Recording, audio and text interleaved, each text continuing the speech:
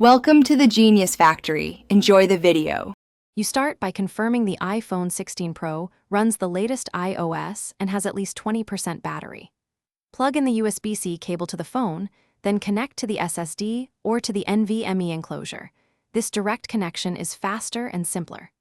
Once done, make sure the SSD is formatted in XFAT or apps for best compatibility, because iOS recognizes those.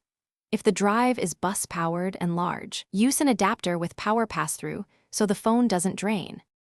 You should see the SSD appear in Files under Locations. Tap it to mount.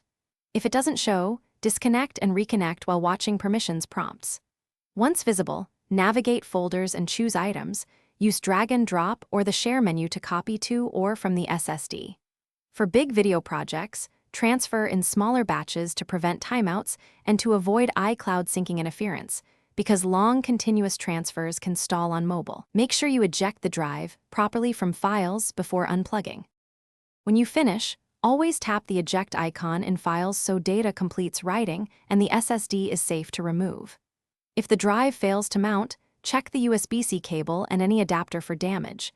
Make sure the SSD has power or use an adapter with 5V/2A pass-through. Once done, try reformatting to XFAT on a computer if it's unsupported, and restart your iPhone. If problems persist, test the SSD on a PC or Mac to confirm the drive itself isn't faulty. This rules out hardware failure. Thanks for watching. If you found this helpful, don't forget to like and subscribe.